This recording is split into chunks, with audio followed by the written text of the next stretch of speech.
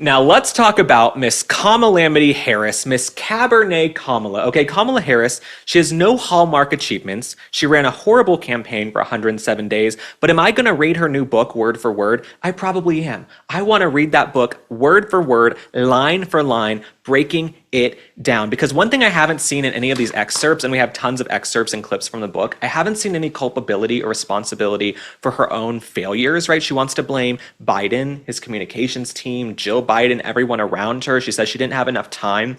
What's really weird about Kamala Harris saying she didn't have enough time to beat President Trump is that she had been vice president for 4 years. Right? She had nothing but positive press. She could have really made a name for herself. But to say that, oh, I didn't have enough time to introduce myself to the country, to introduce yourself, you've been around for 1,000,000 years. You ran for president yourself. So what does that mean? You didn't have enough time to introduce yourself. But one of these excerpts, okay, apparently Jill Biden confronted Kamala's husband, Doug Imhoff, and questioned their loyalty. Apparently she pulled him aside at the White House over the 4th of July and said, what's going on? Are you supporting us? She was tense. She was angry. And I believe this. I believe Jill Biden because she ran that White House. Okay, she ran that White House with an iron fist. We saw her sitting behind the desk on Air Force One, running cabinet meetings. She's pretty much the most power-hungry woman I've ever seen in American life, maybe besides Hillary Clinton.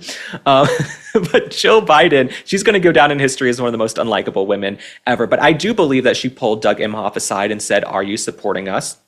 And I will say, to Kamala Harris's credit, she did sit there and say nothing. She took an oath to the United States of America. She did not take an oath to Joe Biden. She's supposed to serve the American people. Our tax dollars pay her salary. But she did not care about the American people because she sat there and allowed a man whose brains are mashed potatoes to pretty much run the country, right? She let these unelected bureaucrats around him control the auto pin and run the country. And Kamala Harris said nothing. Kamala Harris said absolutely nothing. Okay, even though she's supposed to work for us and have our best interests. So in that respect, I do stand with Kamala Harris on this one. I do think she had Jill and Joe Biden's back because she could have gone out there and said, the guy's an idiot. The guy's asleep all day. But she didn't say that. Now, something else that has gone viral from Kamala Harris's new book, she said she did not choose Pete Buttigieg, Mayor Pete, to be her running mate because he was gay. Okay, Pete Buttigieg was apparently too gay to be her running mate for the United States of America, so she chose Tim Walz. This doesn't make sense to me, okay? You say you don't want a gay man, but then you go choose the most gay-looking man in American history, Mr. Jazz Hands, Tim Walz, who walks into every room like Bob Fosse, okay? These vagabond shoes. That's who Tim Walz is. So Kamala Harris, she doesn't want Pete Buttigieg because he's a homosexual. So she chooses Tim Walz, who's basically an overgrown Disney adult with a questionable internet search history. Tell me how that makes sense. Okay, tell me how that makes sense. If I saw Tim Walz driving a van around a children's playground, I wouldn't be shocked. Okay, he's a pretty scary, bizarre person. But she says she didn't choose because she thought it would be too much to ask of America to have a black woman and a gay guy on the ticket.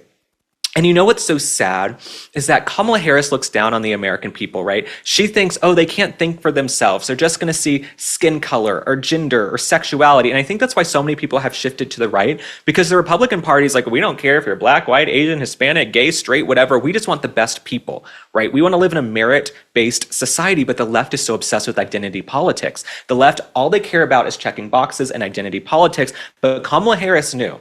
Kamala Harris knew she chose Pete Buttigieg. Maybe it'd be too much to ask of the United States of America. I actually don't think so. I think what would have hurt Pete Buttigieg is that he really had no record either. He had no record. Kamala had no record. He somehow became Secretary of Transportation, and all he had done was fix potholes in South Bend, Indiana. And then we all saw how things went with the East Palestine train derailment. We saw how things went in Hawaii as well. Pete Buttigieg is pretty much a terrible Secretary of Transportation. I think that's more of why she didn't choose him, but she's saying, oh, it would have been too much to ask America to accept this gay man. Pete Buttigieg doesn't even seem that gay, right? I think I've seen him kiss his husband once. Maybe once or twice. I will say though, okay, non sequitur, Pete Buttigieg's husband, I would change your name. Chasten, it's not giving what it needs to give. Chasten, it just is not a name that I really want to see in presidential politics. So if I were Chasten Buttigieg, I would go change that name. It's not a star's name. So it's not shocking to me that Kamala Harris cares about identity politics, but Pete did respond to her, and we have a clip. Let's look at that. I was surprised when I read that. I just believe in giving Americans more credit than that. My experience in politics has been that the way that you earn trust with voters is based mostly on what they think you're going to do for their lives, not on categories. And I wouldn't have run for president if I didn't believe that.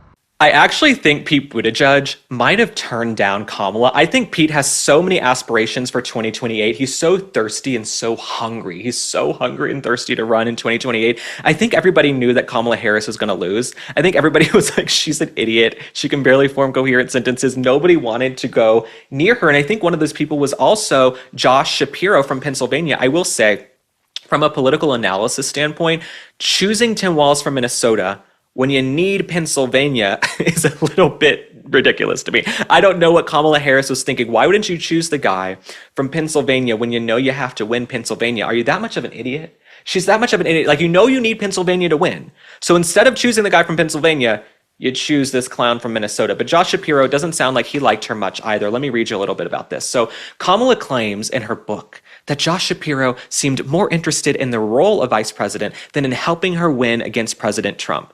Well, that doesn't even make sense to me. Yeah, he would be interested in the role of vice president. I think she didn't want to be outshined by him. I think she knew that Josh Shapiro was a much better orator and communicator, even if I don't agree with all of his policies. I think Kamala didn't want to be outshined by a man like Josh Shapiro.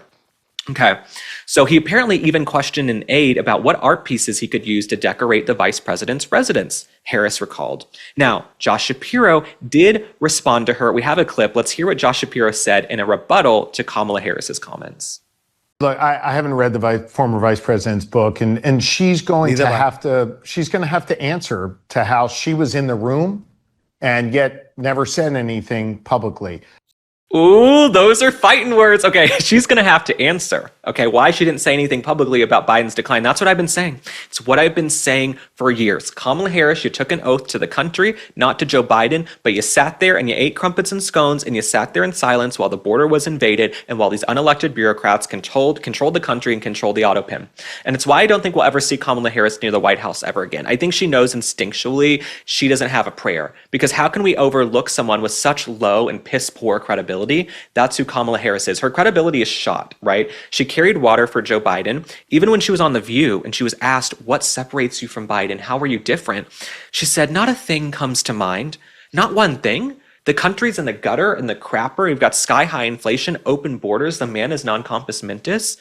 And nothing comes to mind. So that's when Kamala Harris really shot herself in the foot. And it's why I don't think she'll ever be near the White House again. I hope she sells a lot of these books, okay, so she can continue living in her mansion in Hollywood with her rich husband. Now, the last excerpt we have to talk about. Apparently, she called Gavin Newsom. She called Gavin Newsom when Biden dropped out, and Gavin Newsom replied with a text and never hit her back. Let me tell you what happened. So she called Gavin Newsom frantically for an endorsement after Biden exited the race, after he was pushed out. But he replied, hiking, we'll call back. This is like you have a one-night stand with the guy and you text him, you want to get together for dinner next week? Oh man, I'm busy. Never going to see your ass again. I think Gavin Newsom, even though he's an idiot himself, he's enough of a political operator to know that Kamala is radioactive, right? He'll say nice things about Kamala. He'll support her here and there. He'll say, oh, she's my sister, my friend from California. But he knows she doesn't have a prayer, right? He knows she doesn't have the goods. Now, here's what Newsom said about the claim in her new book. He said, there was an unknown number. Meanwhile, I was on a text chain trying to get in touch with the Biden administration because I was completely surprised that the president dropped out. Now, this is where I call a flag on the play. And I don't really know what calling a flag on the play means, but it's a sports metaphor.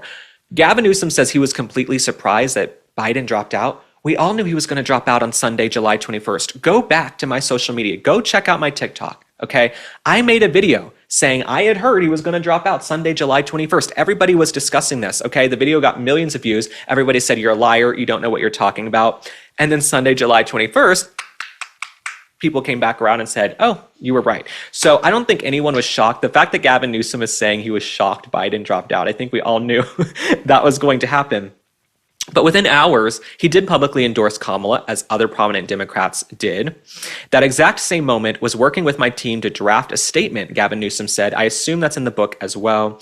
Harris did not mention Newsom's endorsement in the book. So it seems like Kamala Harris just doesn't want to take culpability for her own failures, her own mistakes, the fact that she's a terrible politician, terrible communicator, she has no track record, and she wants to just go scorched earth on everybody, right? She wants to burn every bridge. I think she is under the impression that she's going to be radically honest and that young people are going to love her and think she's cool for just calling out the system, right? The Democrats look like the party of the elites. Maybe she thinks if she calls out Newsom and Buttigieg and Biden and Jill, she'll be like this cool folk hero, like how President Trump came into the race as an outsider in 2015 and was calling out everybody in the establishment. Kamala, you're already the establishment, okay? You're a rich, liberal, elite celebrity with far left, radical, progressive policies. So it's going to be a tough sell trying to couch yourself as this truth teller and this woman of the people, and you're going to say the things that need to be said because for 4 years you sat there.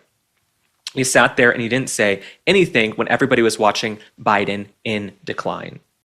I don't know about you, but after I travel, my skin is dry. That's when Peak's Radiant Skin Duo came to the rescue. This doctor-recommended duo, trusted by experts like Dr. Mark Hyman, Dr. Jason Fung, and Dr. Will Cole, supports whole body wellness from the inside out. Sun Goddess Matcha provides steady, calm energy throughout the day, packed with L-theanine for focus and EGCG antioxidants. It supports skin clarity and gut health.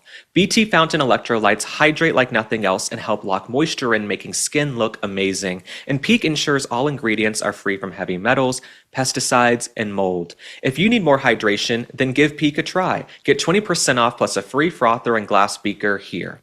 peaklife.com/link. Again, that's peaklife.com/link.